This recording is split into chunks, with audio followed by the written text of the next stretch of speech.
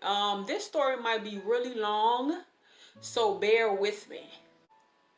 Welcome to Shiny Speaks, where we inspire, break cycles, and working on our wellness. Today is story time. This story is about my experience as a juvenile correctional officer.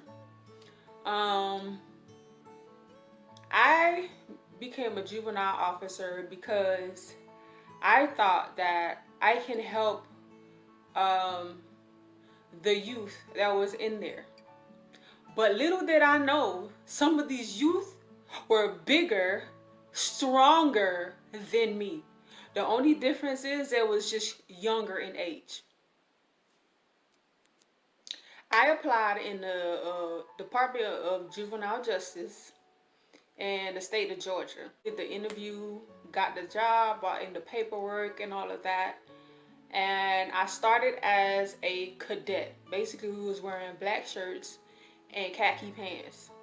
And our job was to basically shadow the officers, the certified officers that was in blue and gray uniform.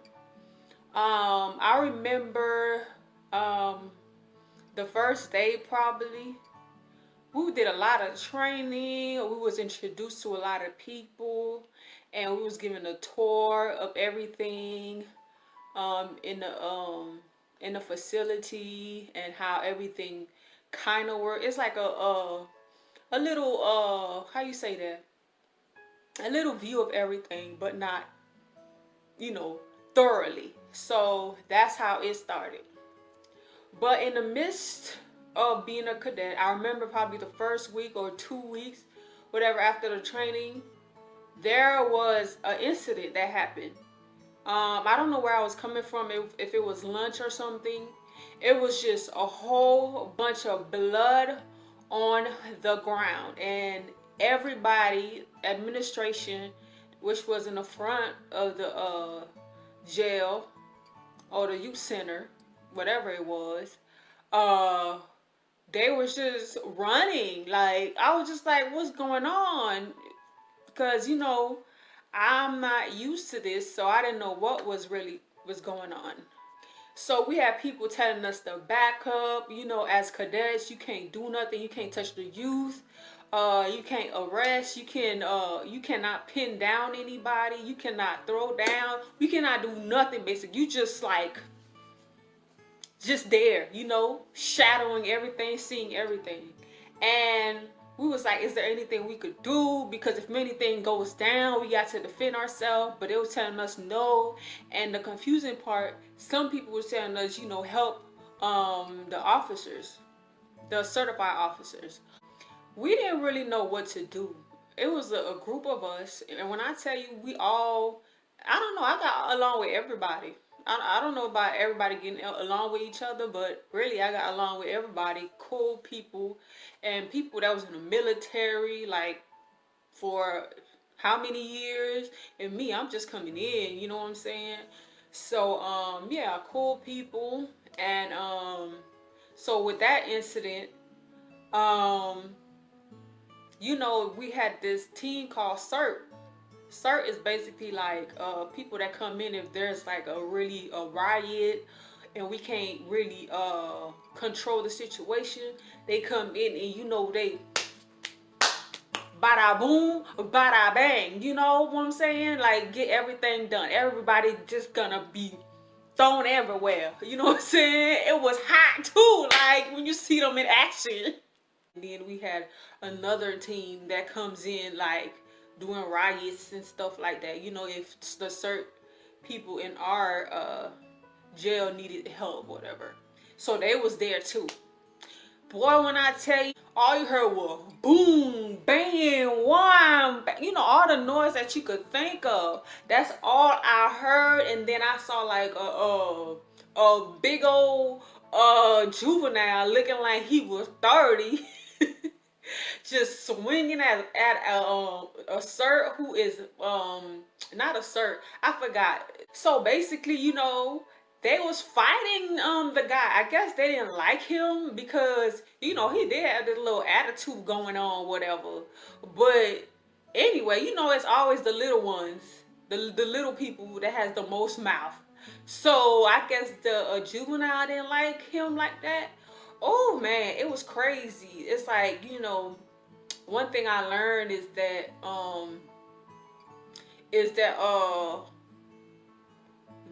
in the jail, the youth jail, in any jail, there are gang members. I never seen anything like this. So yeah, there are gang members. You mess with one, you messing with everybody. So they will jump you. So yeah, people was running. They had to shut down the whole jail. Nobody couldn't get out, and we have like 3 units that we had to watch over or whatever. And then administration, that's people that work in the front and do put paperwork. They don't know nothing about defending themselves or anything like that. And like we had to make sure that every single door was locked so no youth could get out the facility, even though they can't, because we had this wire gates and things like that, all types of gates and things like that. But yeah, it was a lot, for the start of the juvenile justice system. And it was like that. And then them kids, bruh. The jail where I worked at was basically boys, all boys, no girls. And boys in puberty, yeah, okay, that's all I'm gonna say. But yeah, the first couple of weeks and things like that, it was hell. And I should have took that note and run. Soon as I saw that blood, them fight, the lockdown, people running left to right and out of controlness, I should have left. But me, the gangster, yes, the gangster in me was like, I can do this. I got this. I want to see what's on the other side of this. So I thugged it out. We learned a lot of things about the control system, how we unlock and lock, little things you watching the officer do, but that's not even like the real training. So you basically being, little trained, not fully trained. So yeah, that was my experiences. To be honest, there were some fine officers. I'm not even gonna name them, but shout out to them. Okay, they was looking good, and there was a few insert team. Ow. They was looking good too, whatever. But we had a lot of female officers, mostly female officers, because for some reason the male people that was trying to come in, like to get the job, that they failed their drug test. Yeah, we did all of that. Mostly it was female, but thank God I had female that was in the army. When I tell you they was tough, ooh, shout out to y'all. You know what I'm saying? Y'all some baddies, okay? They was doing their thing, and like it was a lot of us, and a lot of us didn't make it. A lot of us did stay and things like that. But that's the breakdown of what happened in the beginning. So after this, I think we did a couple of months. I'm not sure how many months we did, but after all the shadowing and helping the officers out and things like that, we couldn't hold no keys. We couldn't do none of that. We was just standing there and and talking to the kids, giving them advice and all these things. So that's what basically we was doing. Yeah, some of us work night, some of us would work morning. Yeah. So after that, we were assigned, I guess if your name was picked you were supposed to go to this academy.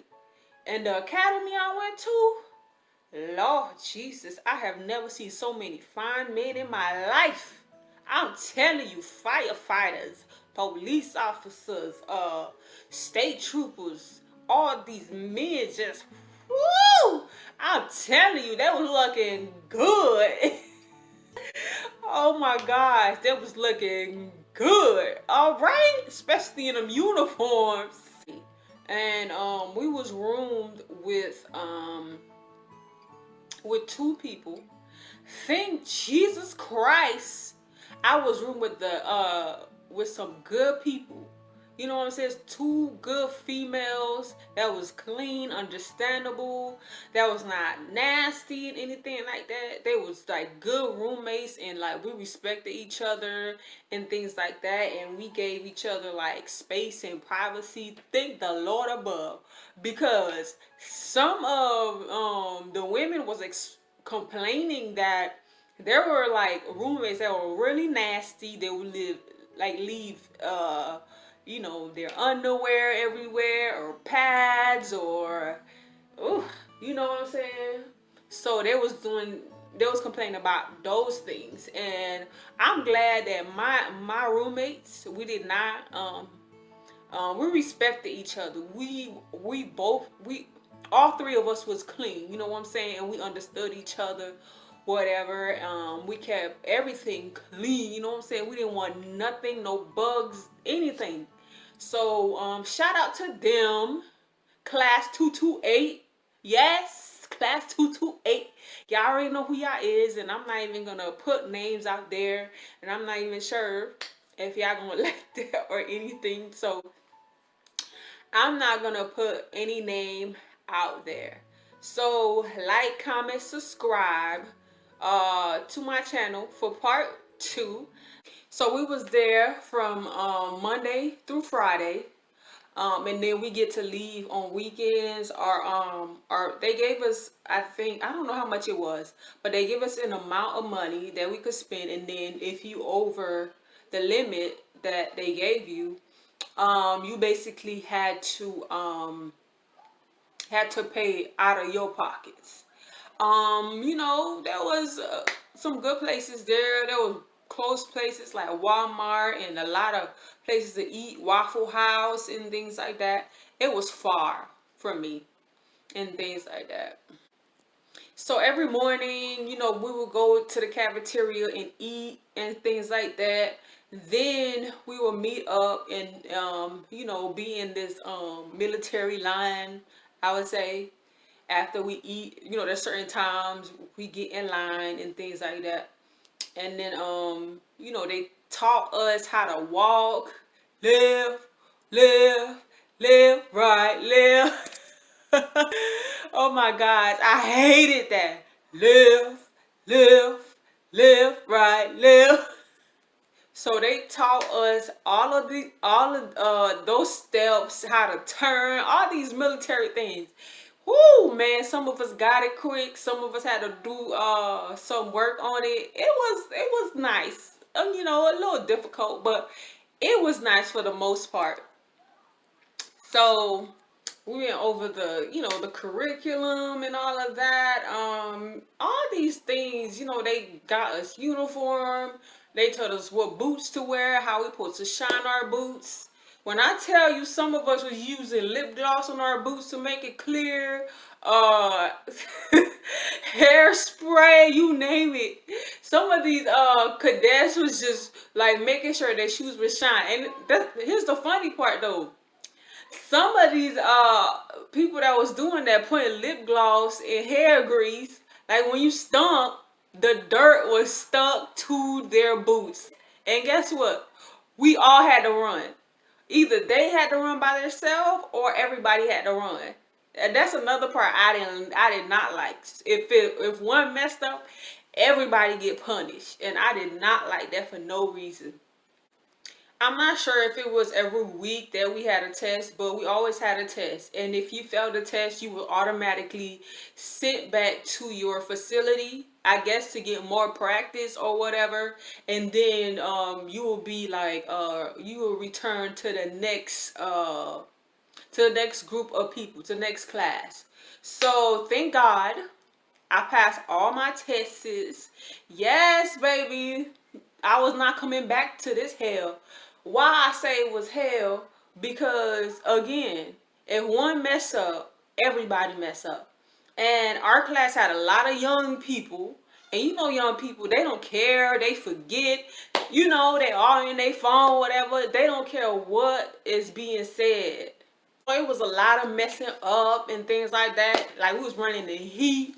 There was some times that they got tired of us messing up. That we was exercising in the rain. Like we was on gravels and things like that. Oh, child, I hated it. I hated it. I hated it. And I used to get so mad because some people didn't care, and then we had to run. Lord Jesus, we did do a lot of physical activities, like probably 6 in the morning before before class. Then you go eat. Then you do that left thing. You stumping I don't know, 2 miles to get to your class, because our class was like way in the backside. So we stumping all that and things like that. Some people, Lord Jesus, they did not shower. I don't understand it. You sweating, you done did every exercise, and you did not shower. That's just nasty, okay? And then it was to a point where the instructors was like, you need to shower. And they was giving us more time to shower. That's how bad it got. I don't know who was it or what was it, but all I know is them 2 women that was with me in that room, we all took a shower. We took turns. We tried to beat each other to the bathroom. But it was all love and respect for one another. I thank God for that still, because whoo, some people, they got it bad. They had it really, really bad. This story is gonna be probably a lot of different parts to it, because there's a lot to explain and things like that. So like, comment, subscribe to my channel for parts 2. If y'all have any questions, comment down below, cause over here it's on and popping. Bye.